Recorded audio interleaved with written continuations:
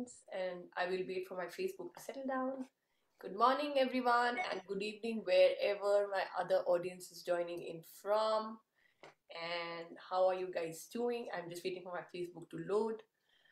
Uh, this is my opening line, Reshma, all the time because my Facebook opens and starts echoing. Yeah, I just stopped it. I have to always stop it. So before I start, I just wanted to start this morning with a little song I wanted to share. Um, and let's see if I can share that song because it's a beautiful morning here. And before people,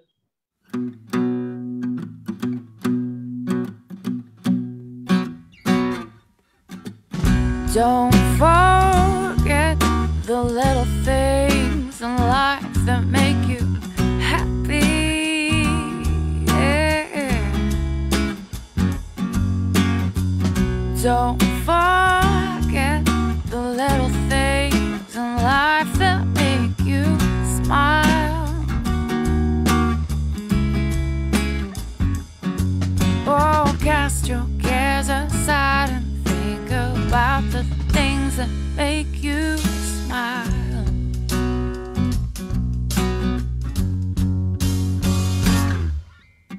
Big white puffy clouds in a big blue sky, finding as many cloud pictures as you can find. Happy yellow flowers and a homemade pie. Oh, don't forget the happy little things. So here is a little thing to start off with.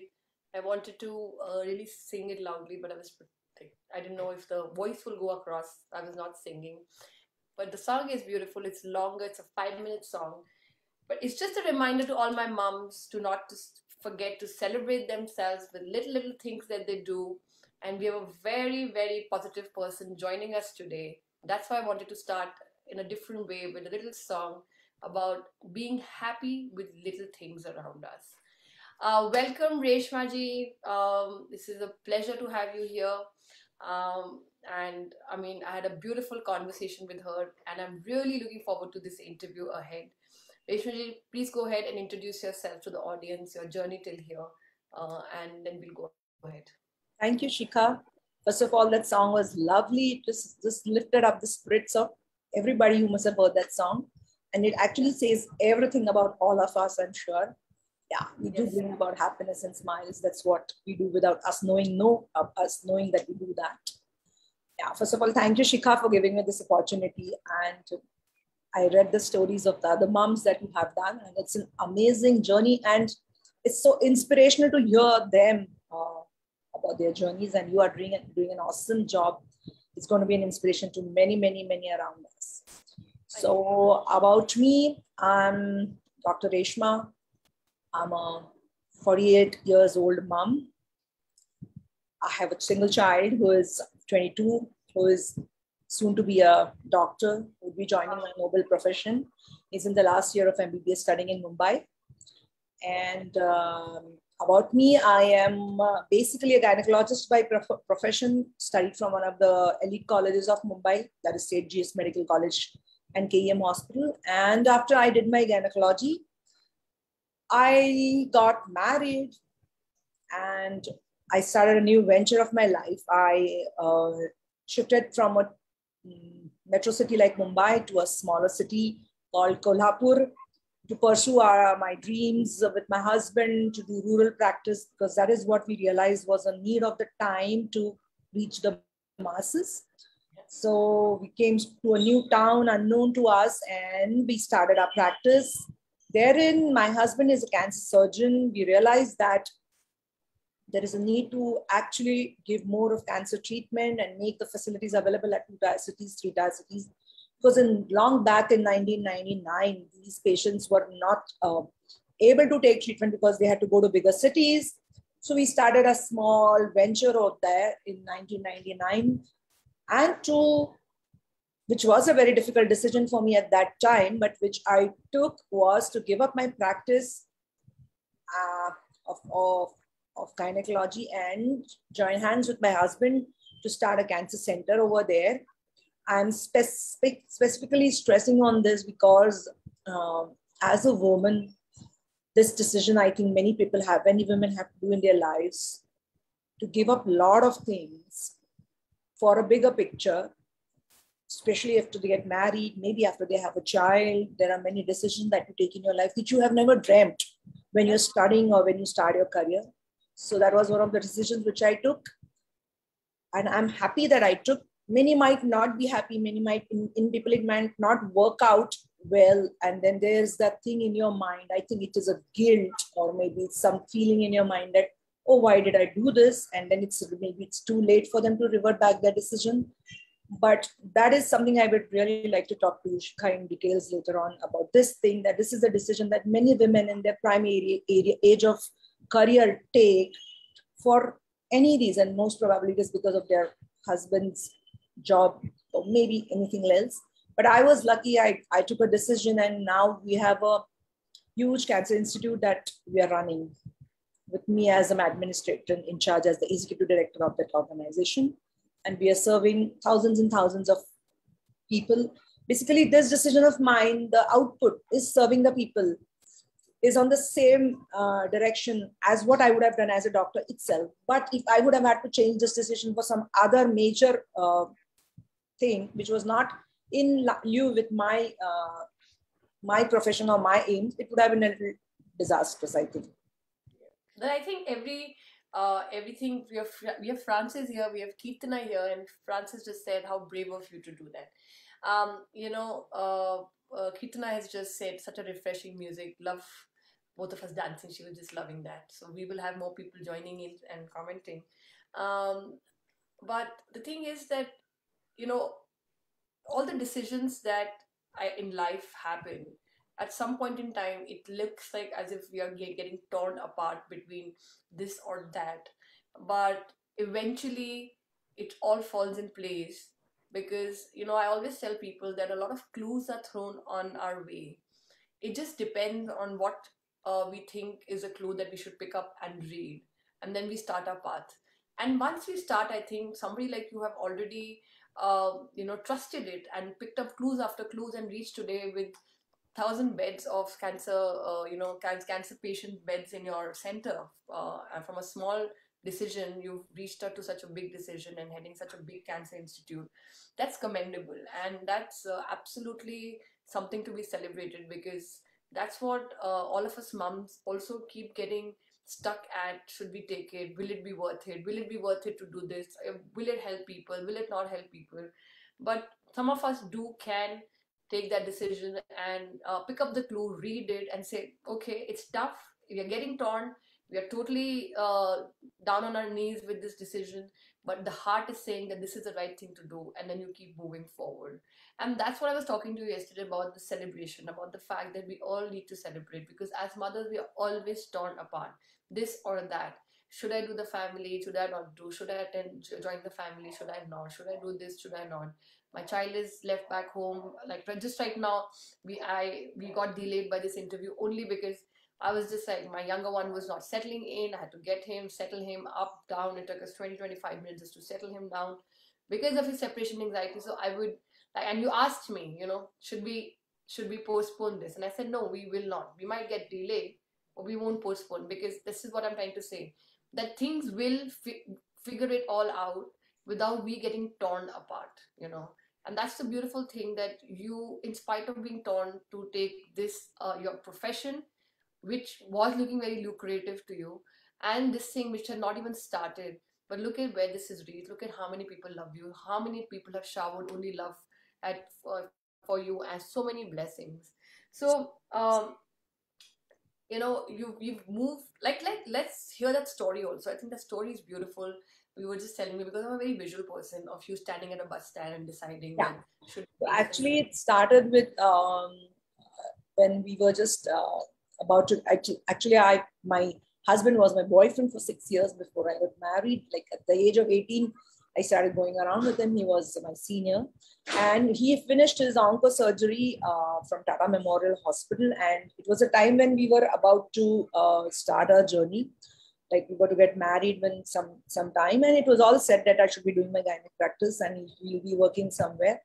And at that time, there's a bus stop near Tata Memorial Hospital, and it was pouring very heavily. We both were standing for the rains, little to get down so that I can go back to my hostel, which was just across the road.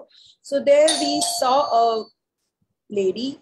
Can I be excused? Yes, please, quickly. Yeah, of course. It's, That's okay. so there we saw a lady who was preparing food. She had used 3 bricks to make a small chula, and had used some small sticks and some paper lying over there, and she had lit up the fire in that chula. And she was trying to make some food for somebody. She was a typical lady from from the villages of Maharashtra, the typical green sari, nawari, we call it kashka, and she was trying to cook something. And I was really shocked, because at that, I was just 22, 23, and I was in that state of mind that, oh my God, I'm a doctor, and it's my integrity, it's my job to give health care to the whole world. It's a basic right to have health care. And I was wondering, oh my God, what could this be, that somebody has to cook food like this to give it to one of the patients? And then it turned out to be, she was a patient of oral cancer man, she was his wife, and that patient was operated by my husband 2 days ago, and these patients have to be fed to the pipe for a few days. So she was from this part of Maharashtra, rural Maharashtra, where I come from right now, and she was making some liquid food for the patient to be fed. So that was a shocker to us, that this is the plight of healthcare for the rural population out here. And that at that crossroad, my husband was getting a fellowship in Tata itself. He was getting a job in US as well, because he's a very talented surgeon. But that there and there at that crossroad, I don't know what came over us, and it was my decision that no, we are going to the rurals, to the villages where people need us. So giving up all this lucrative job of Bombay and of US, we decided to start our journey in Kolhapur, which is a 3-tier city in Maharashtra. So that's how it started. It's a very beautiful story and a very inspirational one. And of course, when I do these spontaneous interviews, and something came back to me, and what I loved about you, and I must share it with the audiences, when you started introducing yourself, I was like, so let's introduce you and everything. You introduced yourself with a lot of confidence, and I want to hear that thing again. That I was this girl from a very humble family. Let's hear those lines again. I was very intelligent. I was very, the way you said all that, I just loved that spirit, and I think you've carried it till today. And that is definitely something to be celebrated. So let's hear that out again to the audience. So I belong to a middle class family. I have grown up in a chawl, and I'm from a nuclear family. I was the second, I have an elder brother, I'm the second child. I was a very intelligent child. Like, I've always topped my class, and I'm a sportsman. I used to play basketball. I used to play for the YMCA team of Mumbai.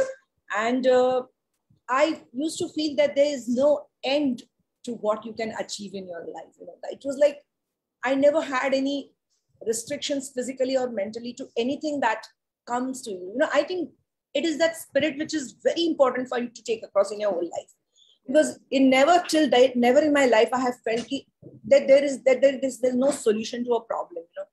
I think it all comes on how you are brought up as a child and what you give to your child also. Because it's all written in the books that the children observe you and they learn from you more than what you teach them. So this is what I think I have learned watching my parents, because they both were working and they were trying to, make ends meet. And I could see that there should be a challenge in your life, all your life down, that keeps you on going on. You should never be satisfied. That satisfied feeling should not come. I'm not saying satisfied in a wrong way, but you should always feel, yes, there's more to do, there's more to come.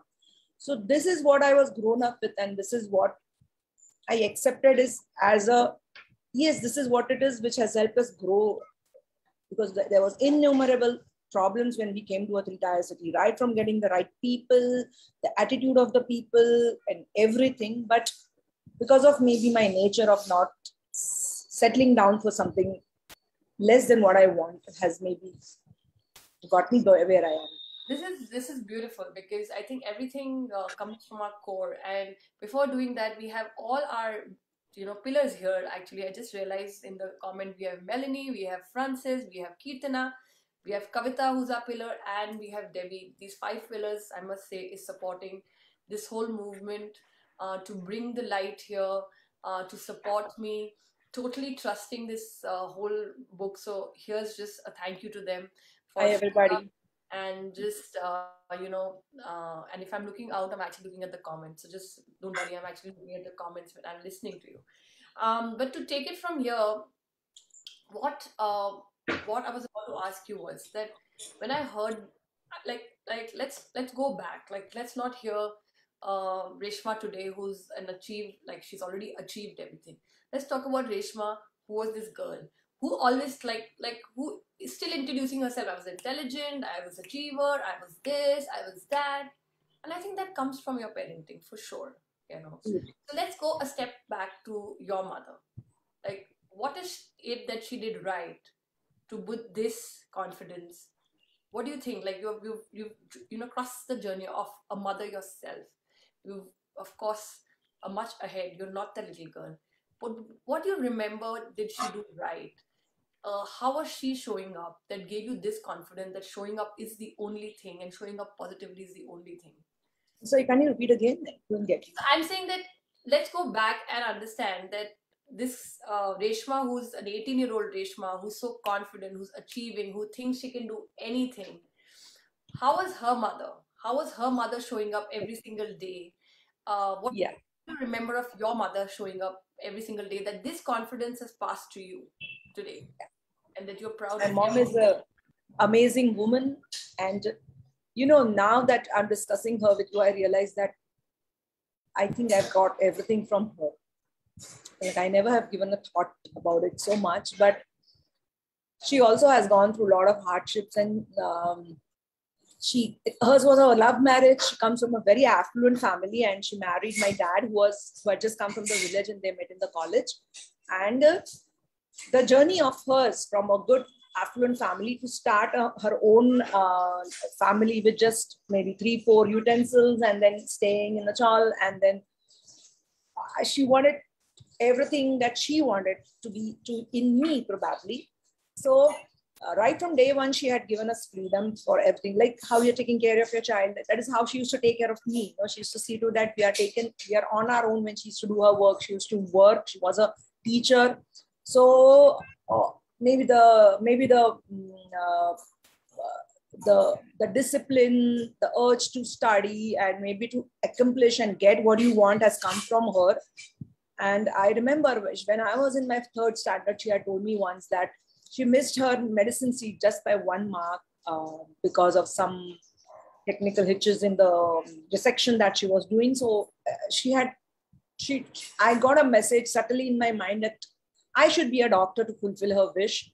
And in my 4th standard, when I got my first scholarship, I was asked by somebody, what do you want to be? It just came out of my, I want to be a doctor. And I think that thing started from there, that you should be a doctor, maybe to fulfill what your mom has not achieved. And she's really my role model, because I still see her worry for me, though there's no need for that. But it's the mom thing that is there, which comes from them, which we learn. There's a thing, mom thing.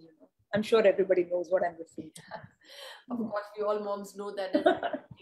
Once you're a mom for rest. You're a mom forever. Forever.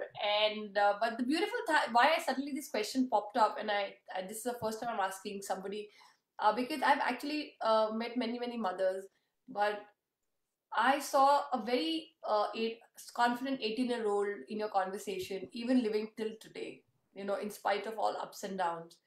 And that work has to be done at a parenting level. Melanie is here as a parent expert, and Frances is a family expert. She will absolutely keep eyes in the space of children.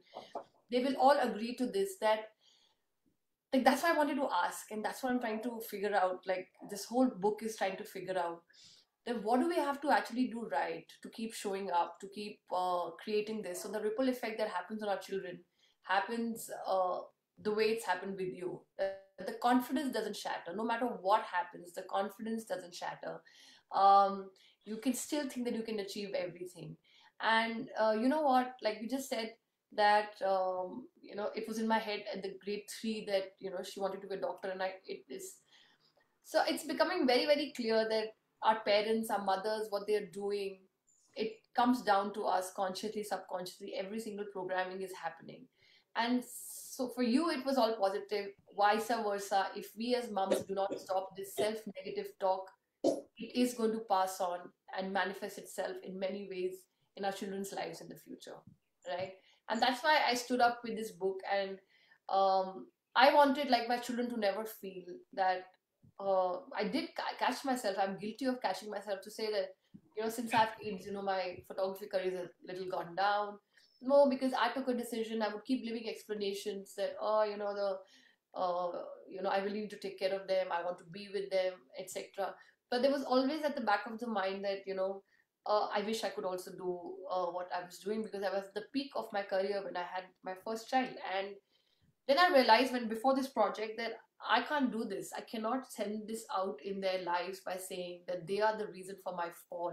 They have to be my reason to rise. And that will bring them up even more to places that I can't even imagine. I think your mother never even imagined you would be heading a center like this if you just became like you would just be to be a doctor, right? And she would have been happy, but see what more you've created with this positive parenting. So one more thing, how your parents leave a mark on your back, on you, even if you don't realize it.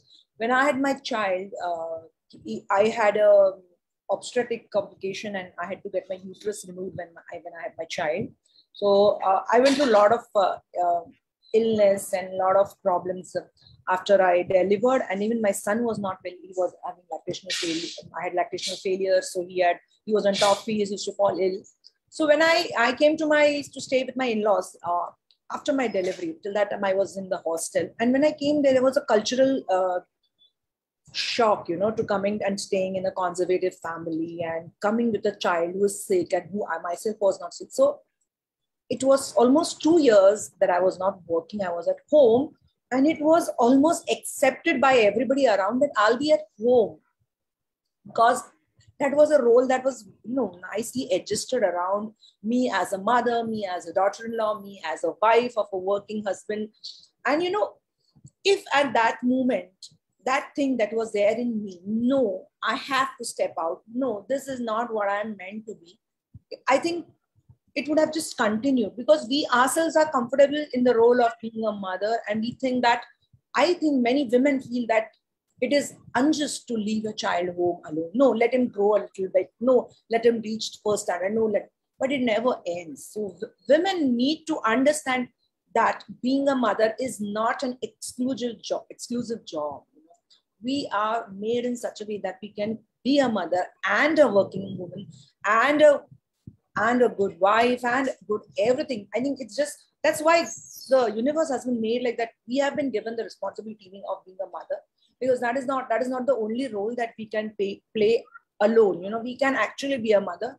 So as you are doing right now, you're adjusting your time for your children as well as you're working. So this is, I don't know which class of women do you address, but I see so many rural women, they just get educated to get married.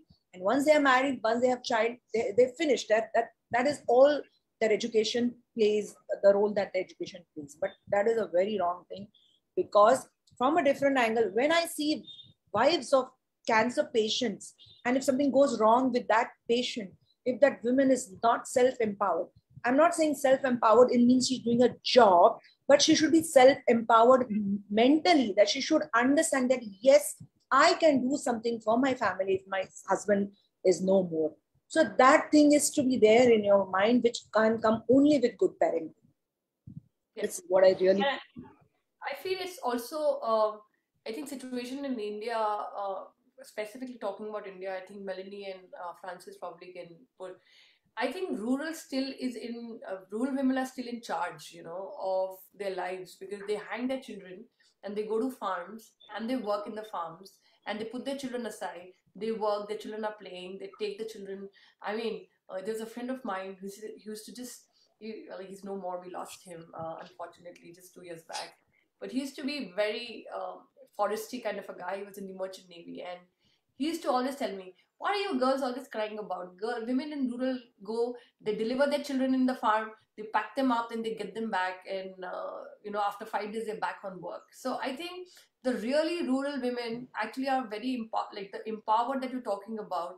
They really know, because farming is what they do, right? Farming is their bread and butter, and they need to do it, and they know. And there is no excuse that I've had a child, so I can't go out.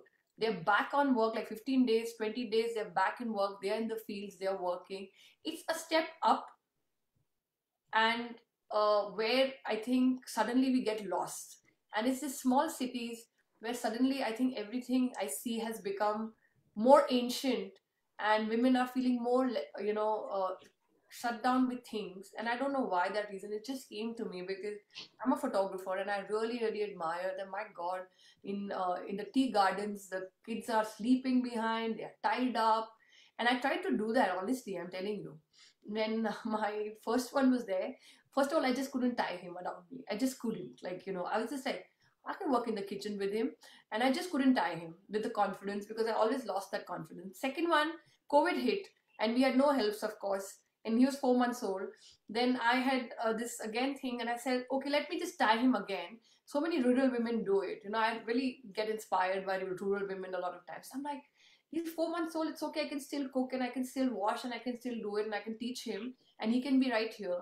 I tried, but I again feel that that's the lack. Maybe I was not raised by a mother. I was raised by a father who really sheltered me with, a lot of stuff. So I feel that again, it comes down to your parenting. It comes down to your, what you are raised with. And I was not confident of carrying by tying. We have a beautiful mom here, Yamile. Like, she's in lives with this since he's 4 weeks old. She goes live, she breastfeeds her child during lives. She's sharing them, and she's doing all what she's doing. And she's just amazing. So I just think that that's why I'm trying to bring these 100 shades of moms, because honestly, even if I wanted, I couldn't tie that child and it'd still work, right? And then leaving behind 4 months, this struggle of a nuclear family, a city. So I also feel it's a very city thing, that we feel that we can't do it. What will happen if children are left behind? And that's why we find our really rural Indians very, very strong. A lot of athletes are coming out. Even the girl athletes are coming out from the rural thing, because they are raised like that, So that's just like, I've just gone off topic, but I just thought that I think something gets amiss, and we all should, I'll figure it out. What's the miss? Maybe some down the lane. So let's talk about you as a mom. Let's talk about you as a mom. And the journey has been tough for you. You've already mentioned the journey has been tough, of choosing the cancer patient or choosing your child, leaving him behind, figuring it out, the whole mental ups and downs. Yeah. But you've been very positive through and through. So what's that about? So the journey of being a mom itself started with a big twist in my life. As I told you, I had to get my uterus removed. That's usually associated like with losing your motherhood. So I went through a very bad postpartum patch where I almost died because of the cesarean section and its complications. So we celebrate my birthday on my birthday, and as well as on my son's birthday, because it was new life to me.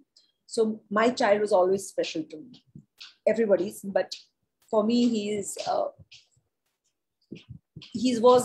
was the only child that I was going to have. So you know what it is.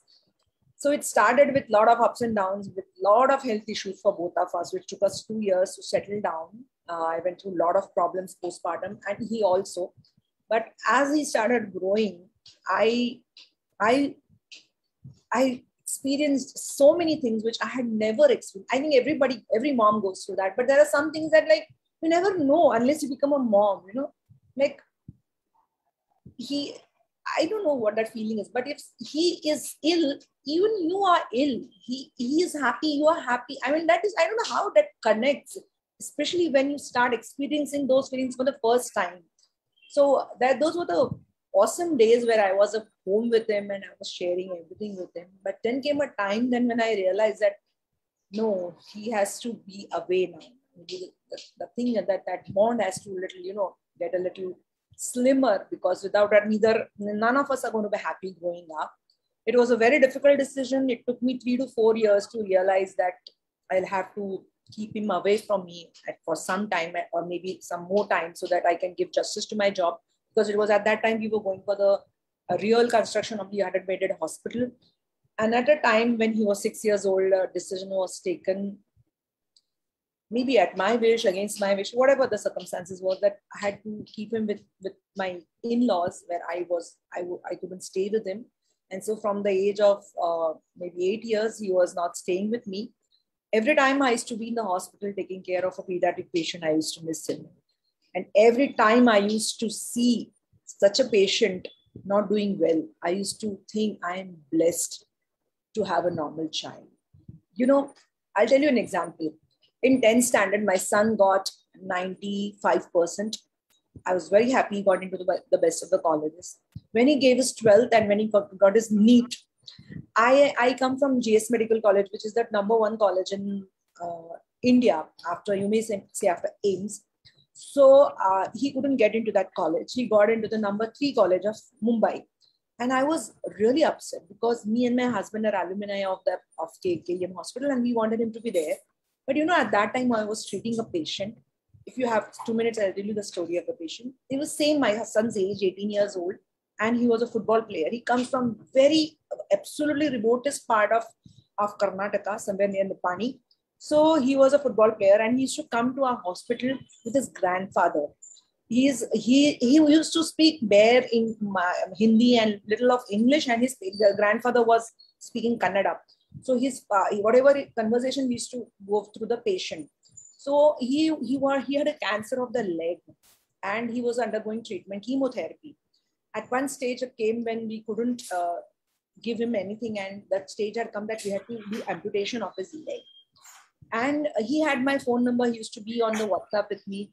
And one fine day, he just stopped connecting with me on the phone, and he stopped coming to the hospital. And I was a little worried. I was connected with him because he was my son's age, and he used to WhatsApp me like it was more of a friend.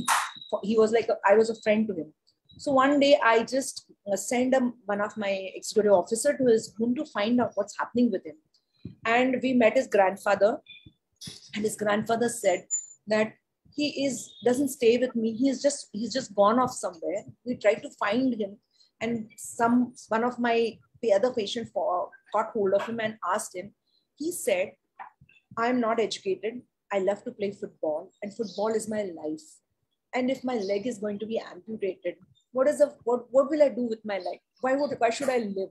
Rather than that, I would live playing football till the last day of my life. This is something which taught me that me being unhappy because my son is not getting admission in the college that I want, but still is becoming a doctor with the third best college of the country, I suddenly realized that it was like something different. And that is where I taught my child also that you have to understand what your actual goal is in life. And you just cannot, you have to understand what you're getting, what you're going to get. And there are so many other people who are not so privileged as we are. So again, it comes to what you teach your children is going to make them what they are. And this lesson really taught me. From that time, I have become a different person. I understand, as you said, clues are being given to us and you have to take them. You have to understand what life is trying to teach you. So this is what many things taught me as a patient, which I implemented in my life as a mother.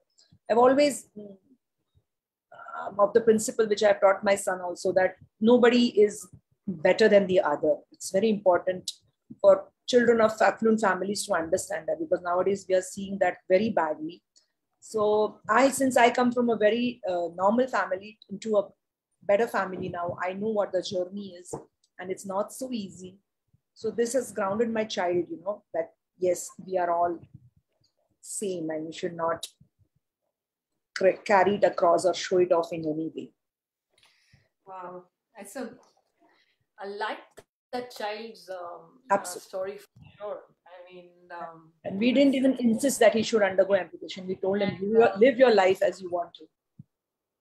Yeah, and I just have no words because, here I am trying to head a movement. Just 18-year-old. Look at his maturity.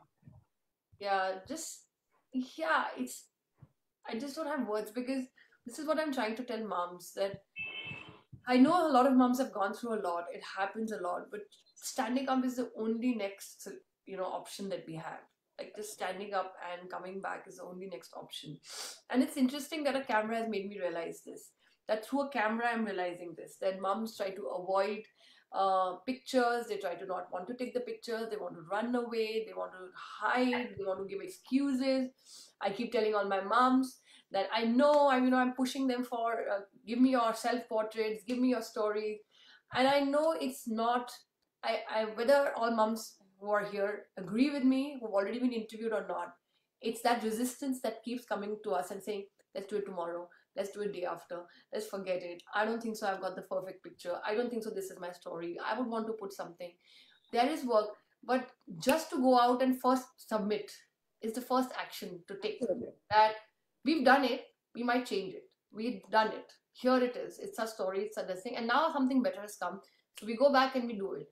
These are the steps that will keep taking us ahead, and that's what I realized, that all of us deal with resistance with so many excuses, and here is this boy who is just saying, that's it, I'm not doing this, and I like that because I've had an autoimmune hit in my family as well, and I know you're from an allopathy and this thing, and I totally told my husband, no way, no steroids, nothing happening.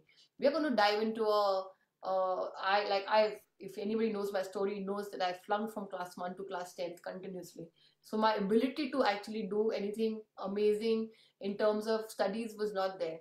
But my ability, comes again from my father, is the fact that you can do anything. You can do anything. So I dived into this health space and I found out the natural reversal, and I got into whole food plant-based. I headed a voluntary thing called Health Diaries, and I invited people and I spoke to more people. I, opened up my space to do talks and other things in Bangalore when I was there. So that thing has to be there. That no matter what you get hit with, you know how to fight it back. Like everybody told me, are you sure you can reverse it? I'm like, absolutely. And if you come to my house, there are almost 200 books only on health. Again, clues after clues after clues. Documentary, next expert, another expert. Surround yourself with people who will uplift you, and that's this movement. And I got we reversed his autoimmune. We inspired many people. He inspired many people to go back in a healthier way in his office. He became an inspiration by the time he left, because we were standing up and we were saying this is happening and this is going to happen, and that's the belief. And the same thing is applying into this book as well, that surround yourself with mothers who will uplift you. Surround yourself in this book to say, we're not alone. Like having a silent suffering in the corner of your room and just crying and thinking that that's it, my life is just ended here, is something that's a big sin that we are doing to this Mother Earth. Because I keep saying that the pulse of this Mother Earth is a nurturer's pulse, right? This planet will not be saved if this nurturer is in pain. And with pain of self-doubt, bad self-image, belief that we can't do it. And that's why these 100 stories need to really rise. That's my vision, that these 100 stories need to rise, because they're not 100. There are lakhs and lakhs and lakhs and so many million stories which are there. But maybe these 100 can start that little stir and say, let's start it. Let's forget about it. Forget this chatter, this constant, constant fight. Should I not? Is it okay? Am I worthy? I'm not. Did I do the right thing? Am I a good mother? I'm not. So that's the thing. It's a beautiful story, and it'll go with me in many, many interviews that you've shared it. There's one more thing which I learned from my son. See, everybody goes through the perimenopausal phase of, feeling. But since we are working women, we don't really go through it. But it was that I was at that phase since 3-4 years ago when my son was studying for his MBBS. Then I suddenly realized the best way to stay young is study. Just try to study new things, try to get into, and there is no end to what you can learn. You can just learn whatever you want to learn. So at that time, I started my another journey. I started running marathons at the age of 42. I did my first marathon with my half marathon with my son when I was 42. I did my first 21, then I did another 21. And it was like, going through the childhood again. You play with your children when they're young. Imagine you're running with your son at the age of 21. So I'm trying to tell you that the bond between the mother and child may alter as the age changes, but it never changes. It is always there. It's just you just need to understand how it has changed. We see so many strained relationships between child and mother, but that relation is so pure that it can always be reversed. And at the same time, I started studying with him. In the last 3 years, I have got one MBA degree, I got a postgraduate diploma in hospital and healthcare, one postgraduate diploma in clinical research, one postgraduate diploma in medical legal science, and now with Kirtana, I'm doing this course in IIM Bangalore. So this is one thing I've realized, that after some age, the moms start getting time when their children grow up. That time space is a little free, but please utilize it that time. Don't think that everything is over now. Your jobs are over now. You have to chill out. You have to just engage yourself in activities like watch TV, which is, I'm not saying it's useless, but you please try to be young by doing things forever in your life. This is what was there in me as a child, which is still there. That you have to do something. You have to go be a getter. And life is beautiful. After some age, some of your responsibilities are over. That is the time when you start your life again and do the things that you have missed doing which you wanted to do when you were young. Yeah, that's like what I really feel. Yeah, and I think you're right about that, because we make our children's success are the only target that we have in our life. The minute our children happen, and that's a beautiful thing. I mean, without that support and everything, our children would be nowhere. Like, I'm just not stating at all that children should be left and they should be, but I find a lot of mothers, then when the children are finally left, they're like, now what do I do? Like, I'm lost. The emptiness syndrome. Emptiness, there's depression, you've lost a lot of things. And that happens because we forget being in touch with ourselves. So the self-work with raising children is very important. And this self-love through this camera, that's why I keep saying, this camera is about loving yourself. I always say this to mom.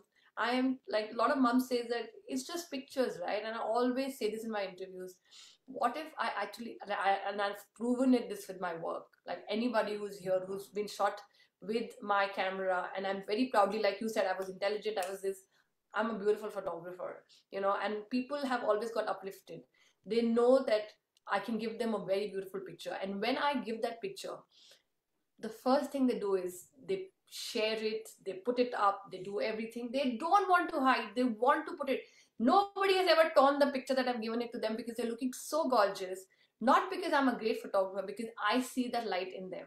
And that's the light I'm trying to bring in this book back, remotely, by telling them, this is how your page should be, this is how your page should be. Right in the middle of the night at 2:33, I get a picture, and I'm trying to say, yeah, you're almost there, but maybe you do this. And sometimes I edit it for them and I send it back to them. Last night I did one, and she's like, how have you edited this whole picture? And like, you've totally changed. And I said, because I'm visualizing you like this. So everybody's going to be visualized in a certain way in the book, and I hope the book comes together beautifully on time. And that's but let's just end this interview, because we have a lot of opportunities for you to meet mothers, to talk to them, to come in the book.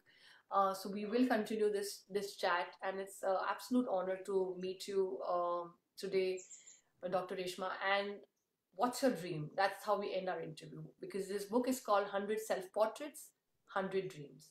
What is your dream? I'm sorry, I didn't get. What is your dream? My dream, yes. My dream is to leave this world with a legacy where I'll be remembered for all the good things that I've done, and the footprints that I have left in the society with the work that I'm doing as a doctor, as a human being, and as a mother. That's my dream. That's coming true by you being in this book with women across the world. So that anyway is getting honored here, and I'm totally honored that at least that dream will come true. And I know that once this dream comes true, many of your dreams are going to come true from here onwards. So welcome to this book, Dr. Reshma. It's a total pleasure to have you on board. We will hand you over to our beautiful pillars who will take you ahead and make sure that you reach the finish line without resistance. And I'm really looking forward to your story. Thank you, Shikha. And don't go Awesome. offline. We're going to go off stream. I need to thank Kirtana, and Kirtana has been there throughout chatting. Melanie is there. Francis is there. So thank you everybody for all. Swati is here as well. She's my cousin here. So thank you everybody. Thank you, everybody. Thank you who will show up later to comment on this. I will go off Facebook. Don't go off Zoom right now.